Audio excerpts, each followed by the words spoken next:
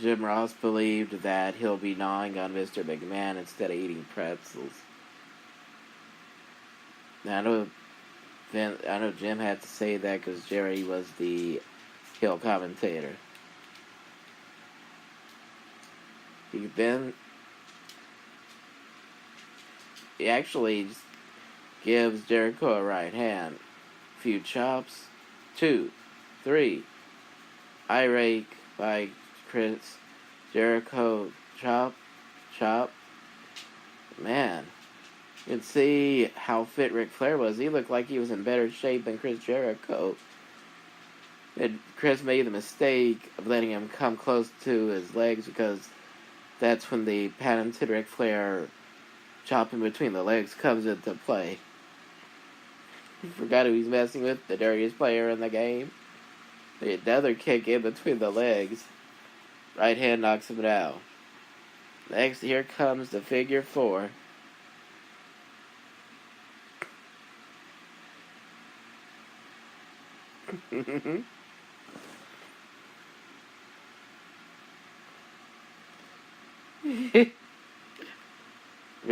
Vince comes out with that pipe again.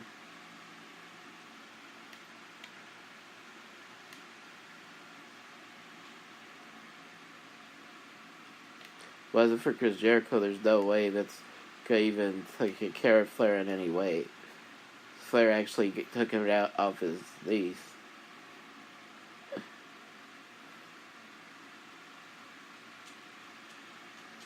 He actually had the nerve to call himself a living legend when he was in the ring with Ric Flair a few minutes before that.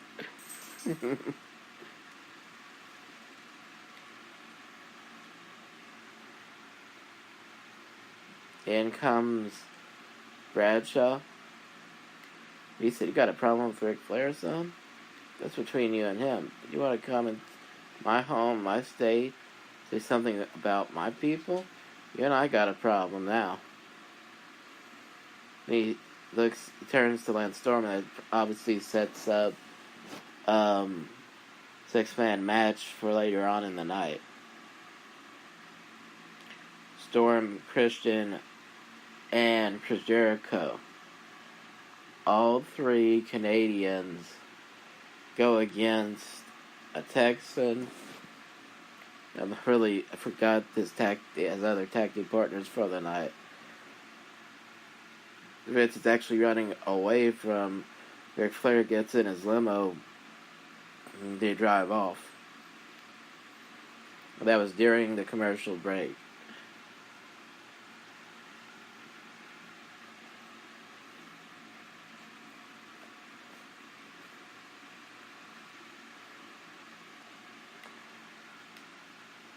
Still stinging from their title loss the week before, Bubba Ray is storming into the ring. Out comes Spike Dudley.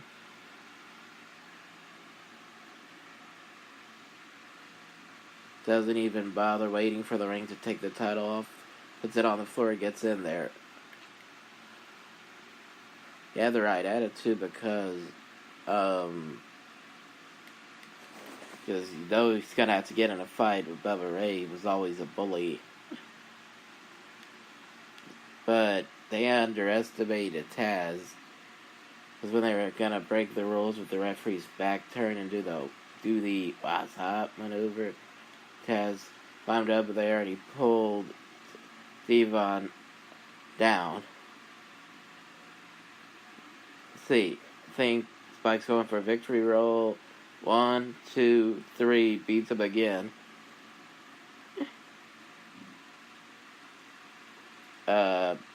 Looks like McMahon's coming back in his limo. Or it could be somebody else showing up. Yeah, it's Stephanie McMahon.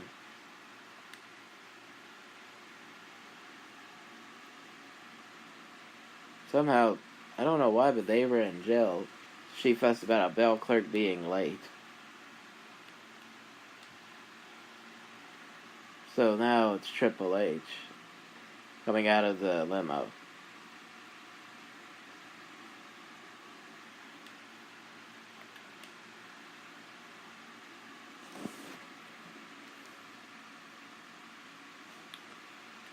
Okay. Billy and Chuck against Hurricane and Tajiri. I think I already spoke about that. Michael Cole's in the back with Kurt Angle.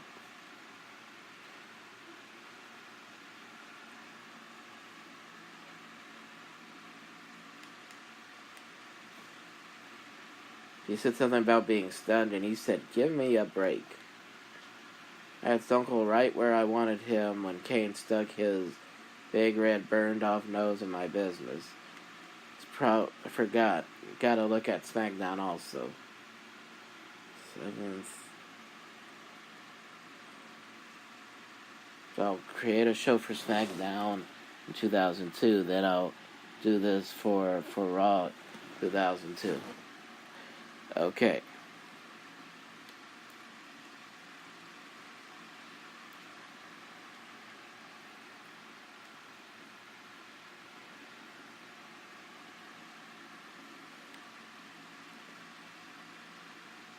He asked Kane, "Who the heck do you think you are?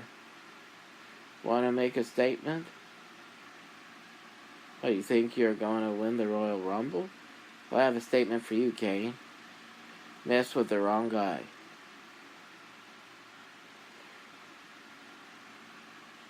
He repeated himself to answer the crowd. "Don't make me tell you stupid rednecks again." Want to mess with me, Kane? Go toe-to-toe with me? To quote the popular singer Shakira, "Whenever, wherever."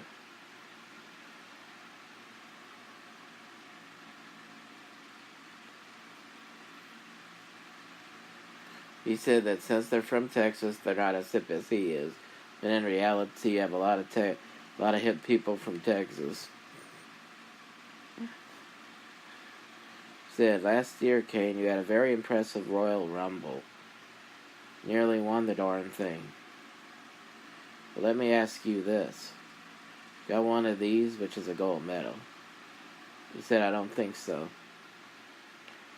He said, "Being a big red freak isn't an Olympic sport. You want to make an example out of me? Well, tonight, Kane, going to make an example out of you. Remember the last time he wrestled Kane? Made you tap. You were crying like a baby."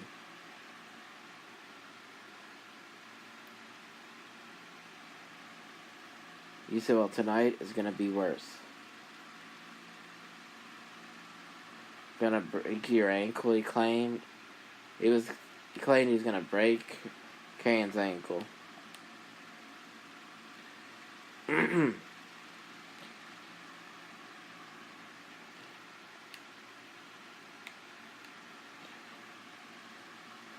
Deborah actually started talking to Stephanie. Actually have an argument about who's gonna win the Royal Rumble match.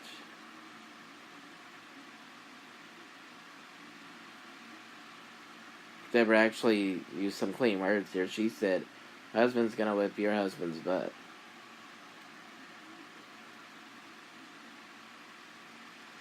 She called Deborah dumb. And she said, "Because my husband, Triple H, is gonna kick your husband's butt." Said, "I don't think so."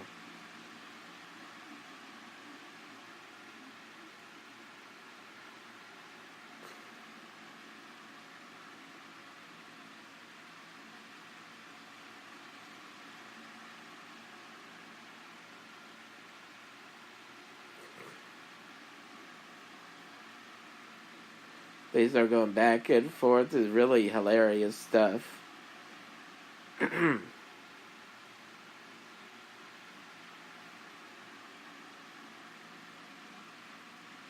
Start pushing each other, slapping each other,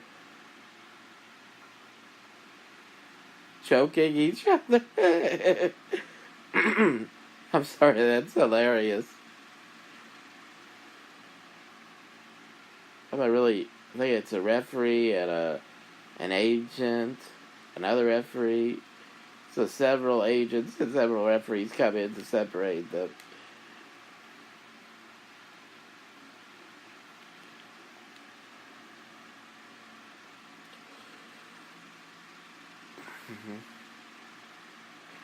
Yeah, referees too. I don't know who this guy is. He looks like just a regular person to me. Then he gets slapped by Deborah. She walks off.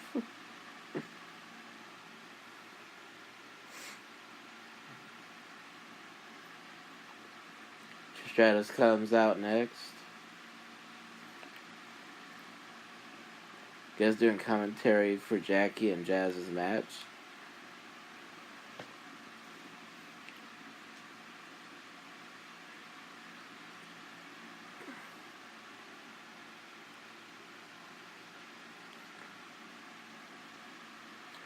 I think she's going for a... Oh yeah. Fisherman Buster. Pixel Egg 2-3 beats Jackie. It's really great is them building to a match between Stratus and Jazz. To the point where referee Mike Chioda has to get in the middle of them.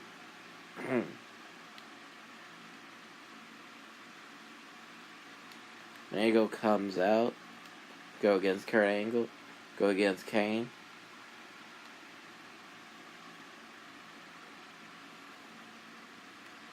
He does beat Kane. The question is how. He holds on to the rope naturally.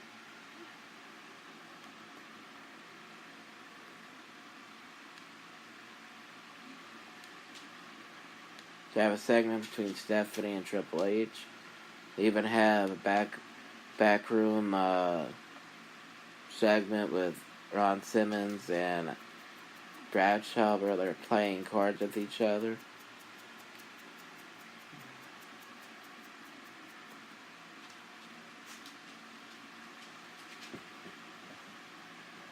Okay, I think Big Show comes in. Okay. I think they're going to start not just drinking beer, but they might be playing cards with them.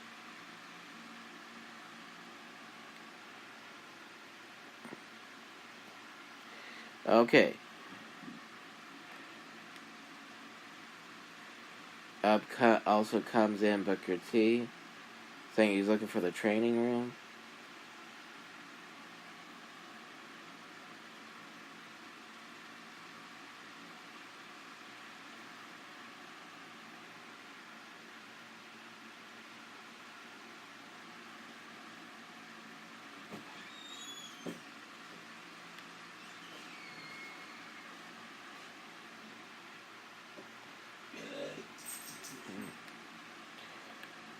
Hold on for a second.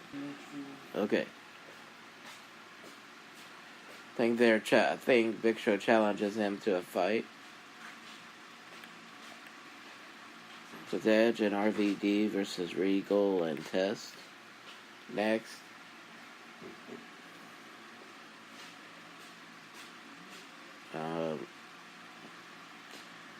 Those Brass Knucks didn't do Regal any good when it came to Edge. He got speared. But he still gets up, hits Edge with the Brass Knucks, hides them in his trunks. And here comes Nick Patrick. 2-3, they win the match.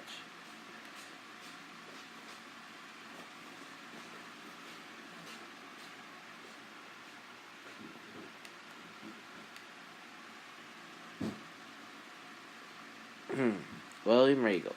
What else can I say? He made the TV title as prestigious as you could have in WCW. The only title before that he should have won but didn't was the tag team titles with Bobby Eaton. So I'd say he's one of the most underrated superstars in the 90s and even into the 2000s. Next match is Booker T against Big Show.